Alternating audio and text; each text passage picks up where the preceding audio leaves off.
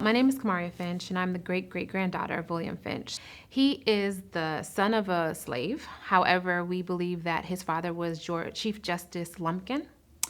So basically, he was the son of a slave woman. However, we think his owner was Mr. Lumpkin. That's just based on the fact that they had a long relationship, and also William Finch was literate. So he was quite educated in that sense in terms of in relationship or comparison to other slaves.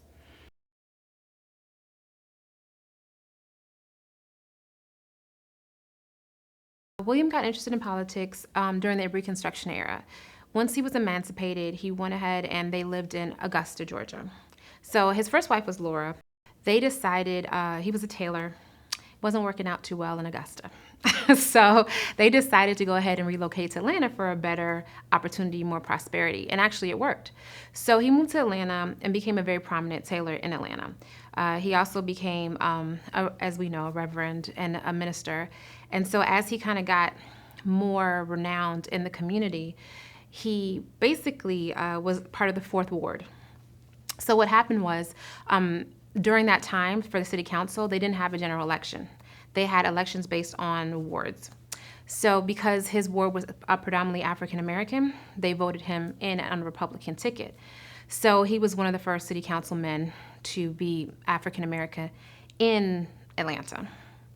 And so he was in politics for a year, and as we know, he made great strides in public education. He was known as the father of public education, not just black education, because he actually was the one who pushed for public education in general.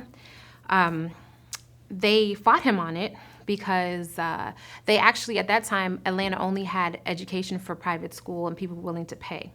So they didn't really want public school education in the city council, but he pushed for it. He got public education, but then they said, but not for black people. So then they, had a general election the next year, which minimized the strength of the African American vote. And therefore, he was not elected the next year because they had a general election and not an election that was based on wards, which would have empowered more of the African American community. At that time, he didn't give up. He still kept fighting for public education for African Americans. He kept pushing and pushing and pushing, and finally they did get it eventually. But then they didn't want to hire African American teachers because they didn't want to poison the African American children with all these fancy ideas, and they felt that white Southerners would be better to teach the children to kind of teach them how to stay in line in the South. So then his next fight was basically to hire African American educators.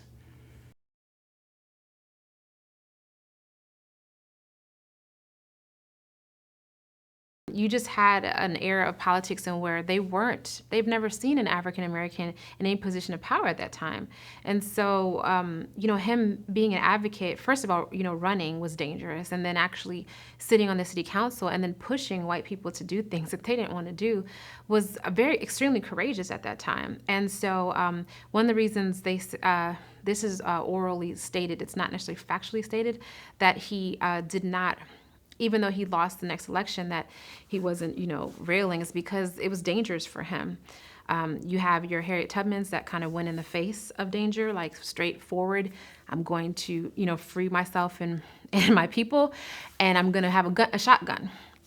And then you have people like William Finch who say, well, I'm going to go ahead and sit on city council, and I'm going to try to push it and talk my way, and try to fight my way using the law. And at that time, that's equally as dangerous because the KKK is still not happy with that. That's very dangerous because now you're talking about policy change. You're talking about changing the way that economics is run. So everybody has a position to play in terms of progression for any group. In this case, we're African Americans, so for us, all those different things are important. All the different ways to progress, whether it's on city council, whether it's grassroots, however it's done, change is just very important, and you just have to have the courage in every single way to make that change possible.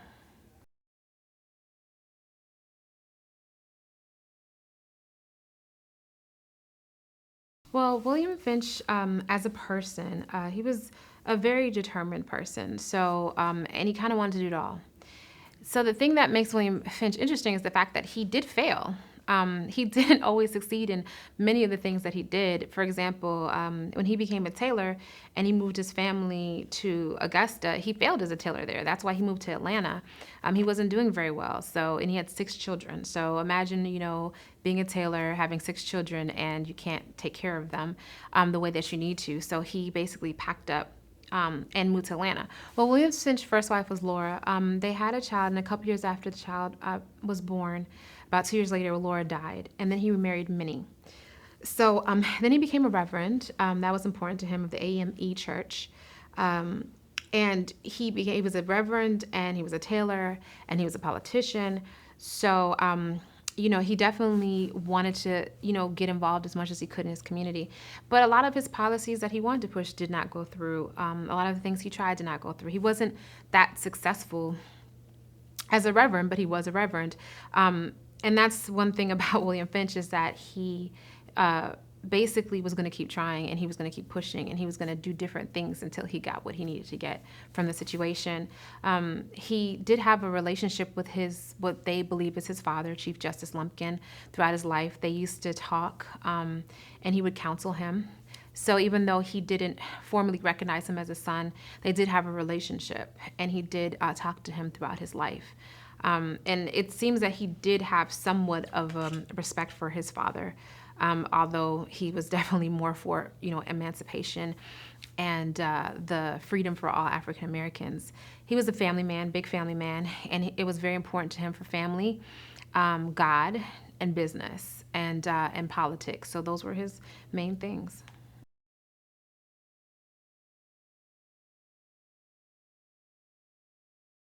How William Finch has impacted me, it might be in the DNA, but I started an education company a few years back. And so I worked with Georgia State Board of Education. I also work with Atlanta Public Schools. I actually have a program called I Can Achieve that is in Atlanta Public Schools. It's actually in William Finch's school as an after-school program. Our family is very, very strong in a lot of different areas, and I definitely feel like that's because of William Finch and his contributions. So we are all doing extremely well in terms of living up to expectation, whether it's through college, whether it's through gaining new grounds in different areas. I have cousins that are into advancing technology for African Americans and for the United States, just to get us into this tech world. We have scientists that are working for NASA. We have physicists. We have doctors. We have lawyers. We have business owners like myself, and we just have so many different people that in our family that have just branched out to find success in their own ways. And I think that one person in your family can change the direction of your entire family. People don't always value education, but if they understood how much your life would change if you're well educated, then they definitely would understand how important that is. And William Finch knew that. And I think when African Americans didn't have a right to education, you understand that a lot better when you don't have any access to it. Sometimes when you have so much that we have in America, we have so many things that we have access to, you don't understand the value anymore because you can do it. So it's not like you feel like it's taken away from you. But at that time when William Finch was a slave, they couldn't get educated, and they knew the difference. They knew how much that was holding them back. And so for William Finch, public education was just, I don't even think it was like a passion, it was an absolute must.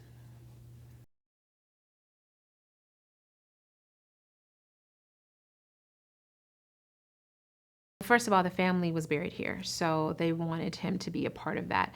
Also, he was a prominent member of the African American community in Atlanta, and so a lot of prominent African Americans are buried in Oakland Cemetery. That's one of the reasons why the family wanted him buried here, as well as with his other family members.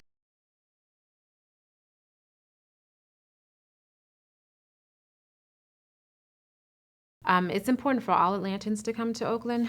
There's so much history here. So they need to understand how Atlanta was built and how it was created. A lot of people's success in Atlanta is based off of people who are buried here, and they don't even understand that. They don't understand how, they need to come and understand how the history of these people who are buried here gave them the opportunities that they have today of success, of wealth building, and of education. So it's very important that people know how other people who are long gone have contributed to their own success. And I think sometimes people think, oh, I made it on my own. There are people here who created laws, who created policies, who fought and gave their entire lives so you could live the way that you live and have the opportunities that you have. And a lot of them here are buried at Oakland Cemetery.